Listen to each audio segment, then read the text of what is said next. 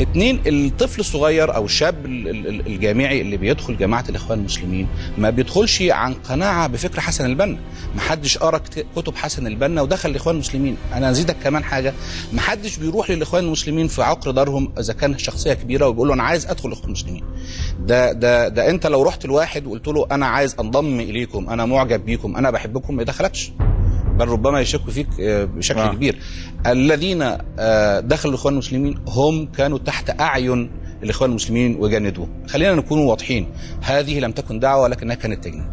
يعني ايه تجنيد؟ يعني انا بختار سامح، عيني على سامح، انا هجيبه، بصاحبه، بكلمه، بدخل معاه مرحله والثانيه والثالثه، 8 مراحل ذكرهم الاستاذ مصطفى مشهور في الدعوه الفرديه. هذه الدعوه الفرديه هي دعوه التجنيد وليست دعوه اسلاميه. يعني ايه بس يا ريت فينا نذكر بالشروط، شروط الثمانيه او المراحل الثمانيه اللي بيصير عليها اساس التجنيد.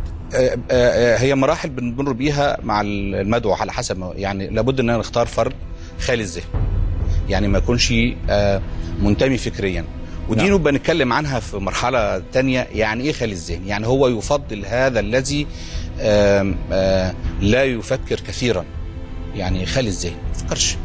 تعالى تاني مرحله انك تصادقه صداقه خاصه، تروح له البيت وتعدي عليه وتجيب له هديه وتمر عليه، وبعدين تحيي فيه حبه للالتزام الاسلامي. فيا ريت نصلي، يا ريت ندخل الجامع، تعالى عندنا ندوه في حكايه، فيبدا يرتبط بيك ارتباط بخصوص الاخلاق الاسلاميه روحي.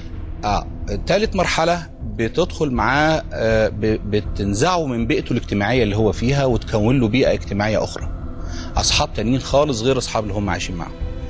بعدين المرحله بعد كده بتغير له وجدانه، يحب مين ويكره مين، يبدا يحب اصحاب الطاعات اللي هو